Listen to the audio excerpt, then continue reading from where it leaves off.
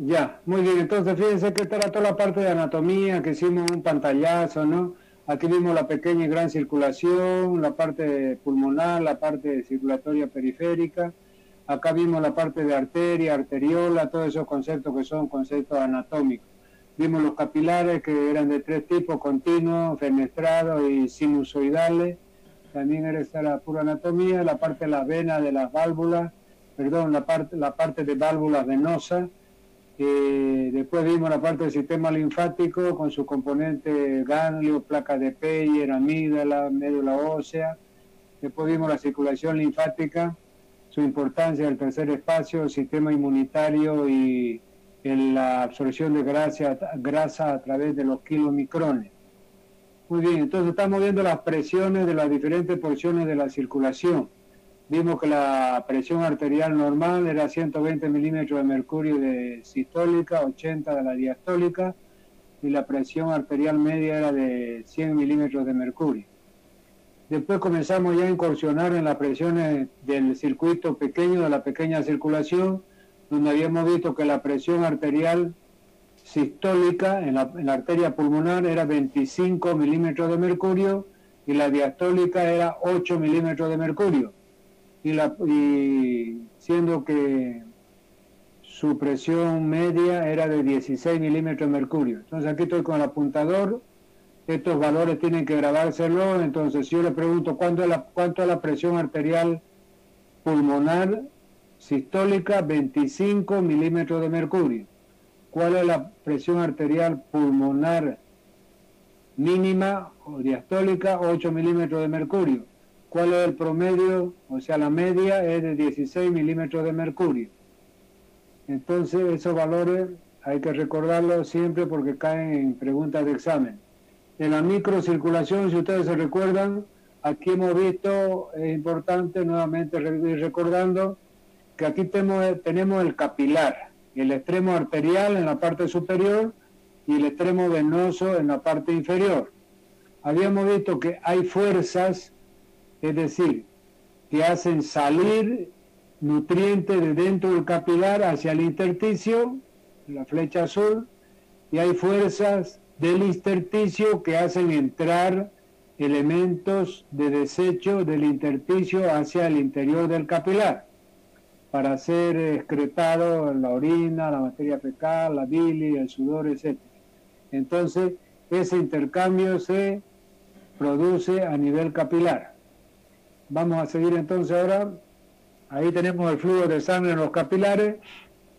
En esta diapositiva les voy a recordar que están la metaarteriola, los esfínteres precapilares y todas esas estructuras anatómicas que regulan la circulación de sangre a nivel capilar.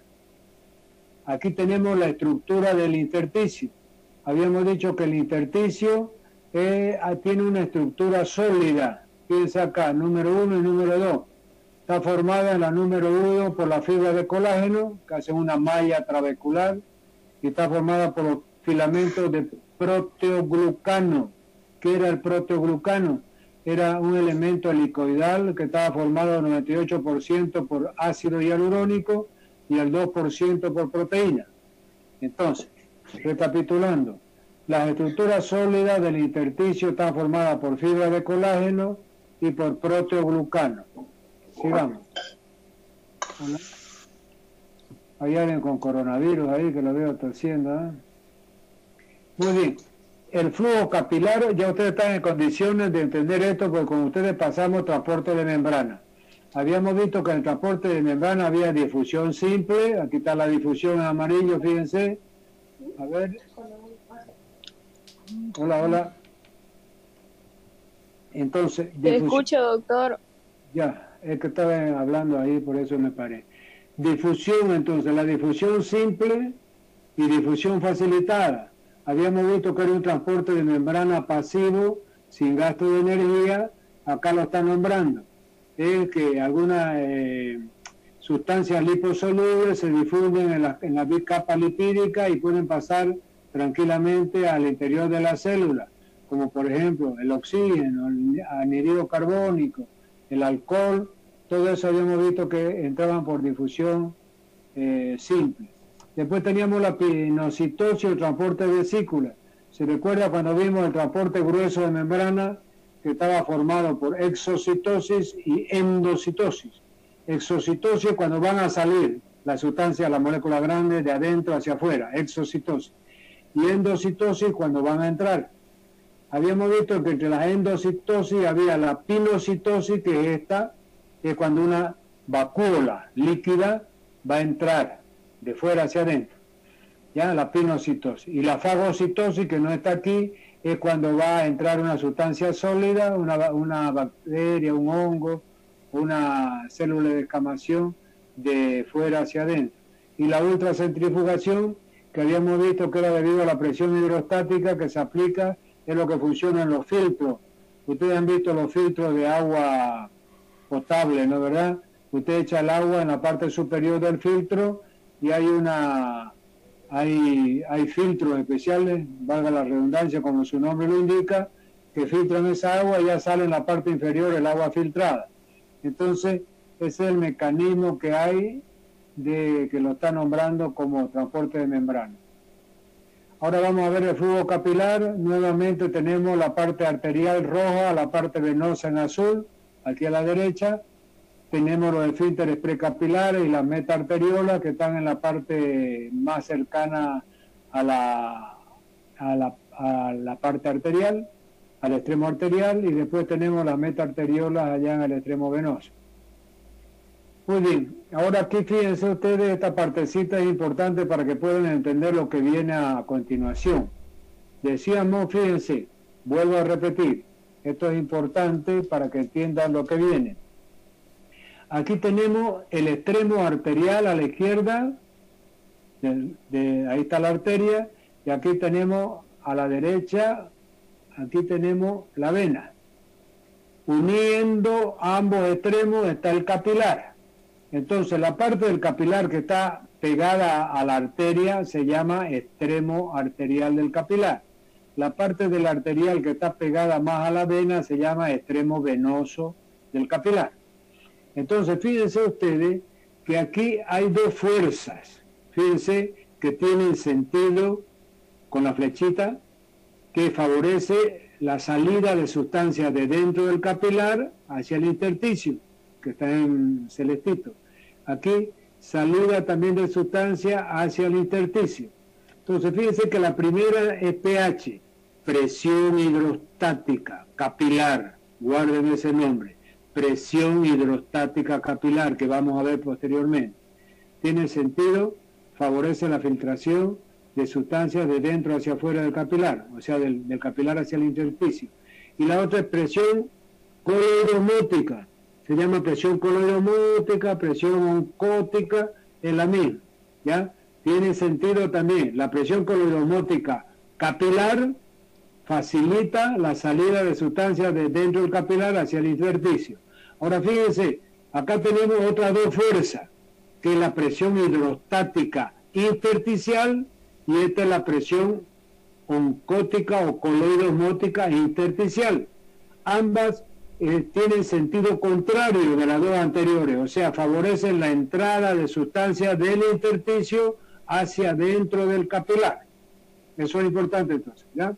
Entonces, fíjense, el flujo, vamos a ver aquí, leer rápidamente esto, el flujo en el extremo arterial del capilar y el flujo en el extremo venoso del capilar, que está en verde. Habíamos dicho entonces, en esta región, la sumatoria de presiones facilita la salida de sustancias de dentro del capilar hacia afuera. Y en el flujo, en el extremo venoso, fíjense, facilita la entrada de sustancias del intersticio hacia dentro del capilar. Entonces aquí la estructura del flujo sanguíneo es lo mismo. Si vamos a explicar alguna cosita, es solamente de que aquí está el extremo venoso del capilar, aquí está el extremo arterial del capilar. Aquí tenemos la arteriola, aquí tenemos la metaarteriola, y aquí tenemos, aquí tenemos el esfínter precapilar, y aquí tenemos la metaarteriola. Entonces, en todo este segmento donde se une la parte arterial y la parte venosa, que se producen esos intercambios y esas fuerzas que hemos visto, de presión hidrostática capilar, de presión hidrostática intersticial que vamos a ver más adelante. ¿Ya? Muy bien. Aquí tenemos un corte entonces de un ganglio linfático, eso es anatomía pura. Y ahora sí, vienen aquí los mecanismos que controlan el flujo sanguíneo. Hay un control del flujo sanguíneo en agudo y hay un control del flujo sanguíneo a largo plazo, o sea, crónico, como hemos estado viendo. Vamos a ver el flujo sanguíneo en agudo, cómo se controla. Fíjense que el control en agudo del flujo sanguíneo está sujeta a dos teorías. La teoría vasodilatadora y la teoría de demanda de oxígeno. ¿Qué dice la teoría vasodilatadora? Que ya vamos a ver ahora. Cuando falta oxígeno en un tejido, en algún órgano, ya esa falta de oxígeno hace que se produzca una sustancia hormonal que se llama la adenosina. Esa sustancia adenosina produce vasodilatación, o sea, dilata los vasos sanguíneos y el flujo sanguíneo aumenta en ese territorio del cuerpo. Y la otra teoría dice, no señor, es mentira, esos vasodilatadores no existen. Acá lo que existe es el propio oxígeno nomás directamente.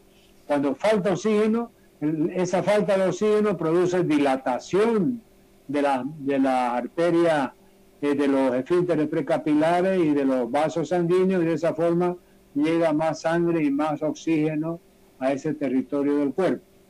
Entonces, si ustedes ven aquí está la teoría que les he explicado. Fíjense, teoría de la vasodilatadora sobre la regulación del flujo sanguíneo local, posible papel especial de la adenosina.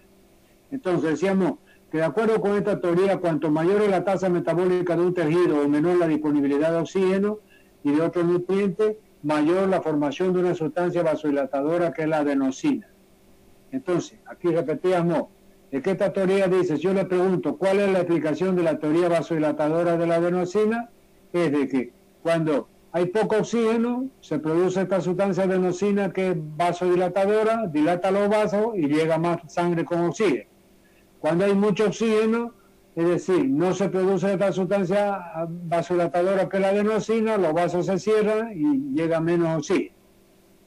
Ahora vamos a ver la otra. La otra decía que no, que la explicación es que el oxígeno, sin necesidad de adenosina, directamente actúa dilatando o contrayendo los esfínteres precapilares de las metaarteriolas y mejorando el flujo sanguíneo. Entonces aquí ustedes vean, control en agudo, regulación del flujo sanguíneo local cuando varía la disponibilidad de oxígeno. Entonces aquí hemos visto uno de los nutrientes más necesarios del oxígeno, y cuando falta oxígeno se dilatan los vasos y cuando hay mucho oxígeno se contraen los vasos. Entonces esas son las dos teorías, la vasodilatadora y la de disponibilidad de oxígeno. Entonces fíjense que aquí están las cuatro fuerzas de Starling que yo les decía. Fíjense que este mismo Starling es que hizo la ley de Starling, que dice que el corazón bombea toda la sangre que le llega sin permitir un remanso en las venas.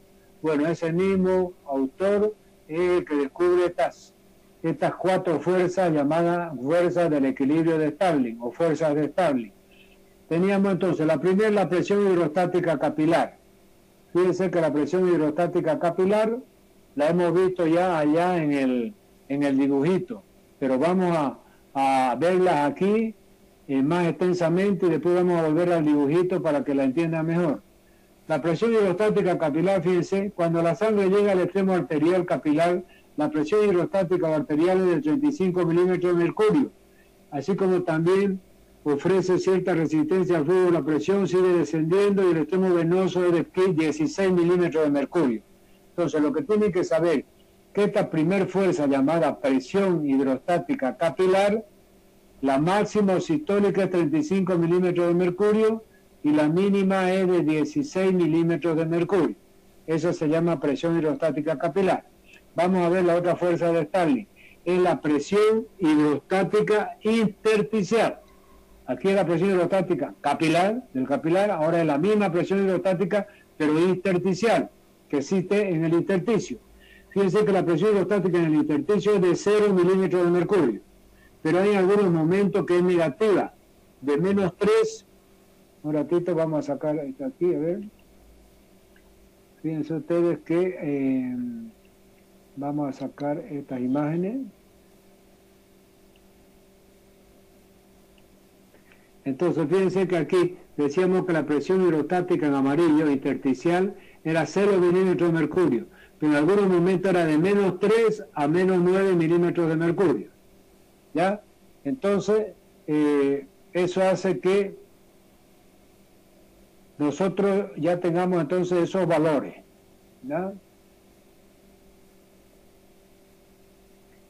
Nuevamente repetimos, presión hidrostática capilar y presión intersticial. La hidrostática capilar ya la hemos visto, es de 35 de máxima y mínima de 16. La intersticial hemos visto que es de 0, pero en algunos momentos llega a ser... Hola, ¿me escuchan? ¿Sí? Sí, doctor, se lo escucha. Ya, perfecto. Entonces, la presión hidrostática intersticial era de 0 milímetros de mercurio y de menos 3 de máxima y menos 9 de mínima en algunos momentos. Pues yo voy a llegar a decir cuál es la presión hidrostática intersticial. Es 0, pero en algunos momentos menos 3 a menos 9.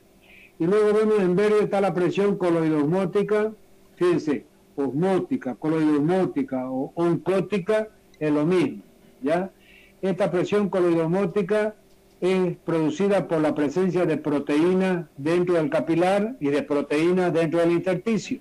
Las proteínas plasmáticas son, como ustedes saben, la albúmina, la globulina y el fibrinógeno, pero solamente producen esta presión la albúmina y la globulina, porque el fibrinógeno es tan poco que produce que se considera que es 0 el aporte del fibrinógeno en la presión coloidosmótica capilar y del intersticio. Entonces, la presión coloidosmótica del capilar, que está con verde, fíjense, es la presión desarrollada por las proteínas plasmáticas, como les decía, y es de 28 milímetros de mercurio. Y esa misma presión coloidosmótica en el intersticio, fíjense que varía y su valor es de 3 milímetros de mercurio. ¿Por qué? Porque en el intersticio hay menos proteínas. Por eso es que hay menos presión coloidosmótica. Entonces, como yo les decía, ahora nos vamos a volver otra vez al capilar, a la figurita esa, para que puedan entender mejor esas 4 presiones. Muy bien, entonces habíamos visto en el capilar el extremo arterial y el extremo venoso. Fíjense que aquí están las 4 fuerzas de Starling que yo les había dicho anteriormente.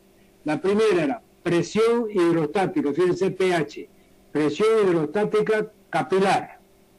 Esa que habíamos visto era de 35 milímetros de mercurio. Se las voy a indicar con el lapicito. Entonces, presión hidrostática capilar, 35 milímetros de mercurio, tiene ese sentido. Favorece la salida de elementos de dentro del capilar hacia el intersticio. Después tenemos la presión coloidosmótica capilar también, favorece, fíjense, favorece la, fíjense, presión coloidosmótica favorece la salida de elementos al intersticio.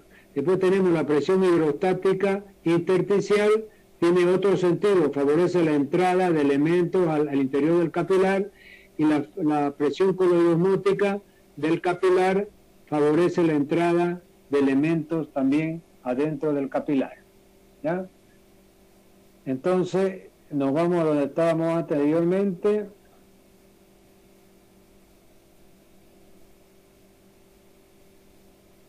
Y esa fuerza de Starling ya la sabemos.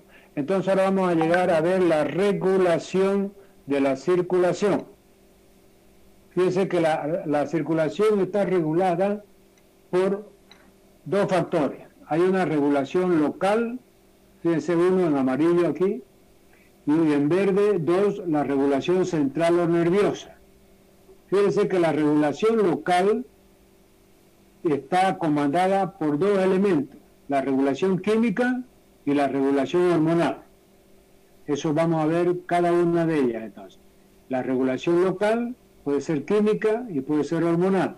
Y la otra, la central, es solamente nerviosa.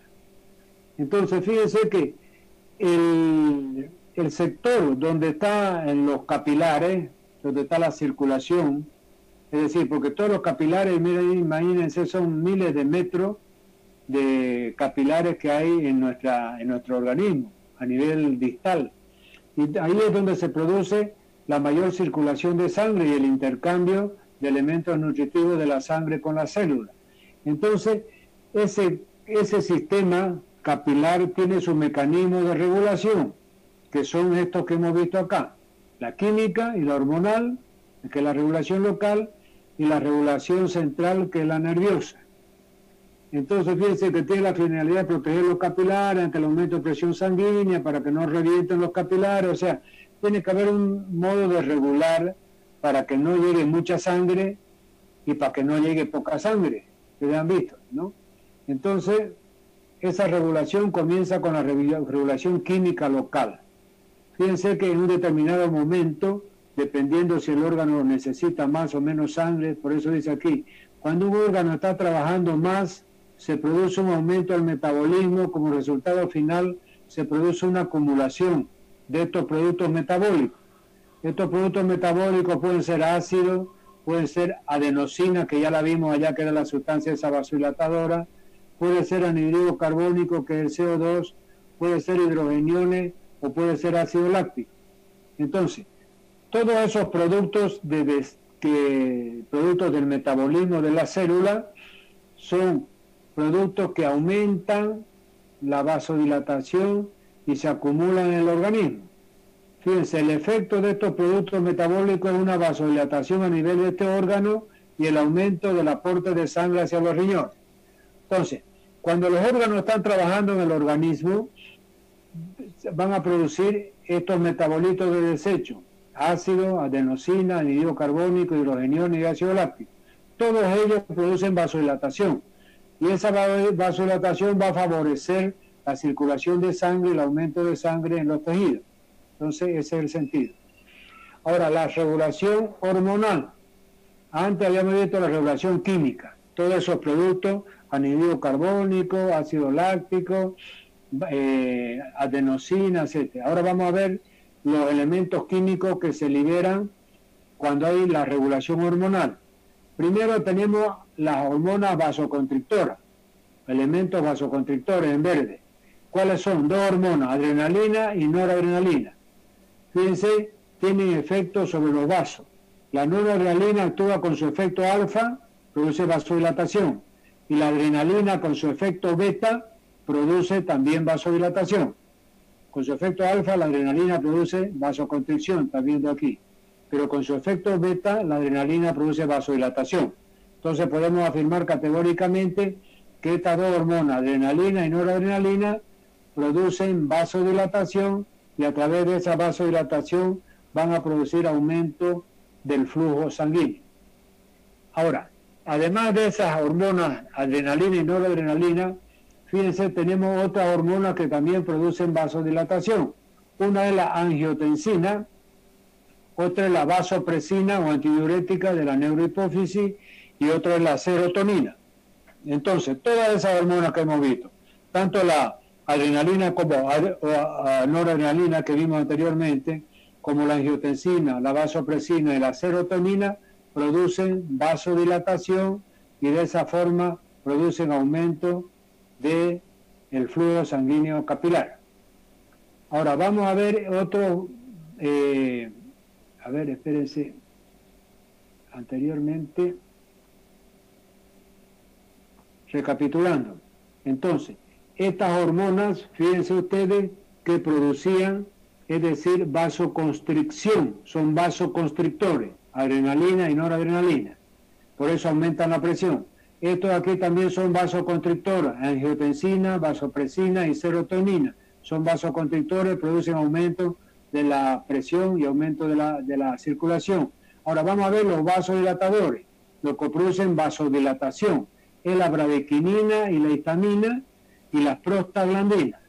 Entonces, bradequinina en celeste, histamina en rojo y las prostaglandinas en amarillo son sustancias vasodilatadoras, hormonas vasodilatadoras que van a producir, es decir, aumento del flujo sanguíneo, ¿ya? Y disminuyen la presión sanguínea, pero aumentan el flujo. Muy bien, y ahora vamos a ver la regulación central o nerviosa de la circulación. Esta regulación central o nerviosa se hace, fíjense, con estos elementos. Fíjense que tenemos uno, lo voy a marcar con él, tenemos centro respiratorio, que está en el bulbo raquídeo. Aquí en amarillito dice bulbo raquídeo. Ahí está el centro respiratorio. Después tenemos los quimiorreceptores. Son unas células que responden a variaciones químicas del medio interno. Está en la bifurcación de la carótida y en el callado aórtico. Ahí están los quimiorreceptores.